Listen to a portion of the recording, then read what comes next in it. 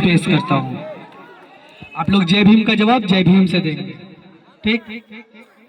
आज हम लोग उपस्थित हुए हैं राष्ट्रमाता सावित्रीबाई फुले जी का 194वां जन्मोत्सव मनाने के लिए। सावित्रीबाई फुले को हम लोग क्यों इसका जन्मदिन मनाते हैं, क्यों मनाना जरूरी है? बाबा साहब डॉक्टर भीमराव अंबेडकर ने 3 मूल मंत्र दिए, शिक्षित बनो, संगठित रहो और संघर्ष करो।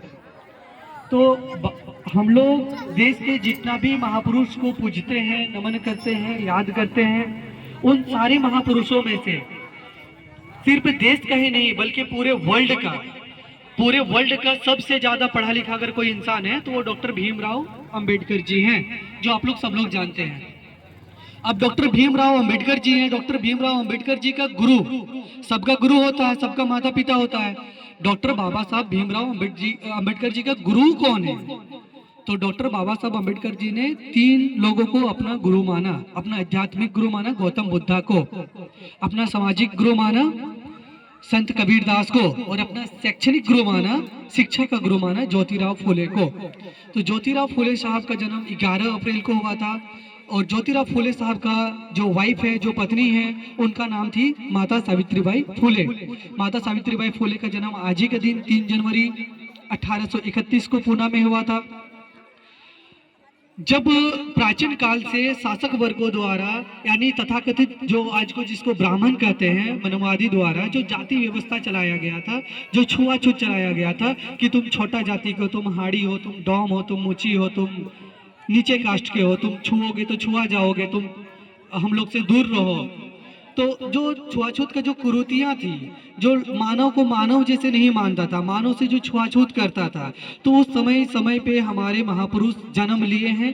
जो संत कबीरदास जी है, संत रविदास जी है, गाडगे बाबा है, ज्योतिराव फुले है, सावित्रीबाई फुले है, बिरसा मुंडा है, सिदो कान्हू है, सारे महापुरुषों का फोटो ऊपर में लगा हुआ है, आप लोग देख सकते हैं। इससे भी बढ़कर के कई सारे महापुरुष हुए। इन लोगों ने अपने अपने टाइम पर संघर्ष किए और इनके संघर्ष के बदौलत आज आप लोग और हम लोग एक मानव, जो मानव के जैसे जीते हैं, वैसे हम लोग समानता के साथ, सबका बराबरी के साथ हम लोग जी रहे हैं। हम लोगों को पढ़ने का अधिकार मिला। अभी जो मैं बोल रहा हूँ, ये बाबा साहब अम्बेडकर ने जो संविधान लिखे हैं, article 19 freedom to speech, article 19 में हमें बोलने का अधिकार दिया है। पहले आपके जैसे, हमारे जैसे लोगों को बोलने का भी अधिकार नहीं था, पढ़ना लिखना तो बहुत दूर की बात है। तो ये डॉक्टर बाबा साहब अम्बेडकर जी ने जो संविधान लिखे, उसमें आपको हमको बराबर का अधिकार मिला। अब बाबा साहब अम्बेडकर जी जो है वो अपना गुरु किससे मान रहे हैं? बाबा साहब अम्बेडकर जी ने जो अपना गुरु है वो सावित्रीबाई फुले को, ज्योतिराव फुले को अपना गुरु मान रहे हैं। तो समझिए कि ये लोगों ने अपने टाइम पर कितना बड़ा काम किए होंगे, क्योंकि ज्योतिराव फुले और सावित्रीबाई फुले ने सबसे पहले शिक्षा को बढ़ाने का इस देश में काम किया। सबसे पहले 1 जनवरी 1848 को पूना में लड़कियों के लिए, जो औरत है उनके लिए स्कूल खोलने का काम किया। हम लोग समाज में जितना पुरुष रहते हैं, जितना लड़का रहता है, उतना तो लड़की भी रहती है। समाज में अगर 100 अगर मान लीजिए लोग हैं पूरे देश में, तो 100 लोग में अगर 50 गो पुरुष है तो 50 गो महिलाएं भी हैं। अगर सिर्फ पुरुष पढ़ेगा, पुरुष बढ़ेगा, पुरुष ही सब कुछ करेगा, और 50% समाज को अगर दरकिनार करके चलेंगे, साइड करके चलेंगे, अरे तुम औरत हो, अरे तुम लड़की हो, तुम ये नहीं कर सकते, अरे तुम लड़की हो, अगर लड़की हंस दी तो वो बदचलन, अरे इसका कैरेक्टर खराब है, ये लड़की देखो कैसे हंस रही है। अगर कोई लड़की अगर दौड़ रही है, चल रही है, अरे इसका चलने का तरीका देखो, इसका कैरेक्टर खराब है। मतलब कोई कुछ करे, पुरुष कुछ भी करे, लेकिन दोष किसको दिया जाएगा? दोष दिया जाएगा औरतों को, लड़की को। सबसे ज्यादा प्रताड़ना किसको सहन करना पड़ता है? लड़कियों को।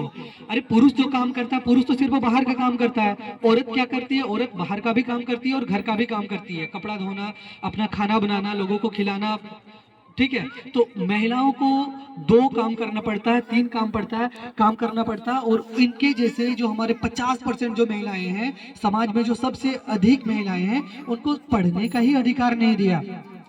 तो समझिए माता सावित्रीबाई फुले अपने टाइम पर कितना बड़ा, कितना महान काम किया। सावित्रीबाई फुले ने सबसे पहले लड़कियों के लिए स्कूल खोलने का काम किया। उसके स्कूल के माध्यम से कई सारे लड़कियां स्कूल में गई, शिक्षा ली, और उन लोगों ने, सावित्रीबाई फुले ने और उनका जो दंपत्ति है, उनका जो हस्बैंड है ज्योतिराव फुले सावित्रीबाई फुले को बहुत सपोर्ट किया, बहुत समर्थन किया। ज्योतिराव फुले जो थे, ज्योतिराव फुले ने अपना सबसे प्रथम स्टूडेंट, विद्यार्थी अगर किसी को बनाया तो वो सावित्रीबाई फुले को बनाया। पहले ज्योतिराव फुले ने सावित्रीबाई फुले को खुद से पढ़ाया, और सावित्रीबाई फुले जब पढ़ ली तो वो उन्होंने फिर बच्चा लोगों को पढ़ाना शुरू किया। अब क्या है कि जब बच्चा लोगों को पढ़ाने के लिए जब स्कूल जा रही है पढ़ाने के लिए, तो जो मनुवादी, सामंतवादी और जो तथाकथित ऊंची जाति के जो लोग थे वो सावित्रीबाई फुले के साड़ी में गोबर फेंकते थे, कीचड़ फेंकते थे, गंदी गंदी गालियां देती थी। तो सावित्रीबाई फुले जब स्कूल जाती थी अपना घर से स्कूल पढ़ाने के लिए, तो हर एक औरत, जितना भी आप लोग एक एक साड़ी पहने हैं ना जी, आप लोग अगर बाजार जाओगे तो एक ही साड़ी पहन कर जाओगे ना। सावित्रीबाई फुले जब स्कूल जाती थी पढ़ाने के लिए, एक तो साड़ी पहन कर जाती थी और एक साड़ी यहाँ पर ऐसे करके दाब करके जाती थी। क्यों? क्योंकि जो पहला साड़ी पहन कर जाती थी, क्योंकि वो शिक्षा देने के लिए जा रही है, क्योंकि वो पढ़ाने के लिए जा रही है। तो जो तथाकथित ऊंचे जाति के लोग हैं उनके बच्चे द्वारा उनकी साड़ी पर गोबर फेंका जाता था, कीचड़ फेंका जाता था, गंदी गंदी गालियां दी जाती थी। सावित्रीबाई फुले घर जाकर के रोती थी, तो जो ज्योतिराव फुले है वो उसे मोटिवेट करते थे कि आप देखो, आपने जो ये काम कर रही हो ये बहुत बड़ा काम कर रहे हो, आने वाले दिन में आपको पूरा समाज पूजेगा, नमन करेगा, याद करेगा, अपना महानुभव मानेगा। जो कि आज जो ज्योतिराव फुले ने जो सावित्रीबाई फुले को इतना साल पहले किया था, 194 साल पहले जो किया था, वो बात आज को सच में साबित हो रही है। आज हम लोग अपना राष्ट्रमाता का जो दर्जा दिए हुए हैं, तो वे सावित्रीबाई फुले को अपना राष्ट्रमाता बोल रहे हैं। अगर राष्ट्रपिता हम लोग किसी को बोल रहे हैं तो ये ज्योतिराव फुले को राष्ट्रपिता बोल रहे हैं। तो पढ़ाते गए, लोगों को जागरूक करते गए, जागरूक करते हुए उन्होंने सत्य शोधक समाज का निर्माण किया, एक संगठन बनाया सत्य शोधक समाज। सत्य शोधक समाज में सार्वजनिक रूप से, ऐसे हमारे देश में हमें जो स्कूल का शिक्षा में सिलेबस में पढ़ाया जाता है, जिसे महात्मा महात्मा करके कोई एक महापुरुष है जिसका नाम के आगे में महात्मा लगाया जाता है। भाई मैंने आपको कोई एक टेक अवार्ड दिया, मैंने आपको टाइटल दिया कुछ, आपने मुझे उसके बदले में कुछ घुमा दिया, इसका बहुत ज्यादा वैल्यू नहीं होती है। लेकिन जो ज्योतिराव फुले हैं, ज्योतिराव फुले को सार्वजनिक रूप से, जैसे एक सार्वजनिक रूप है ना जी, आप लोग सब लोग बैठे हैं ना, सार्वजनिक रूप से ज्योतिराव फुले को महात्मा का उपाधि दिया गया। तो ज्योतिराव फुले को महात्मा ज्योतिराव फुले कहा जाता है। उन्होंने, ज्योतिराव फुले ने एक किताब लिखा, एक पुस्तक लिखा, जिस पुस्तक का नाम है गुलामगिरी। बाबा साहब अम्बेडकर ने कहा है, गुलामों को गुलामी का एहसास दिला दो, वो अपना गुलामी की जंजीरियां खुद ब खुद तोड़ करके फेंक डालेंगे। तो गुलामगिरी नामक पुस्तक लिखा। और उनका जो सत्य शोधक समाज है, सत्य शोधक समाज से ताराबाई सिंधे जैसे बहुत सारे सत्य शोधक समाज के स्त्रियां हैं, लड़कियां हैं और पुरुष है, उस संगठन से पढ़ करके निकले और समाज को जागरूक किए। और उनके बदौलत आज आप और हम बोल पा रहे हैं, एक सम्मान पूर्वक जीवन जी पा रहे हैं। तो हम लोग सावित्रीबाई फुले को घर घर तक पहुंचाने का काम करेंगे, उनका शिक्षा को, उनका ज्ञान को और उनका दर्शन को पाने का हम लोग काम करेंगे। और जो भी उन्होंने पढ़ाए हैं उन्हें हम लोग समाज में प्रचार करने का काम करेंगे, विस्तृत करने का काम करेंगे।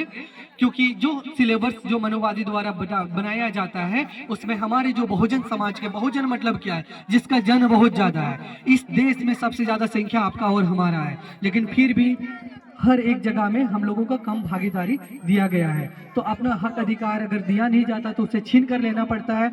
आप और हम एकजुट रहेंगे और जो हमारा अन्याय है, अन्याय के विरुद्ध हम लोग संघर्ष करेंगे। आप लोगों ने मुझे बोलने का मौका दिया, आप लोगों ने मुझे ध्यानपूर्वक सुना, आप लोगों को बहुत बहुत धन्यवाद। जय भीम, जय संविधान।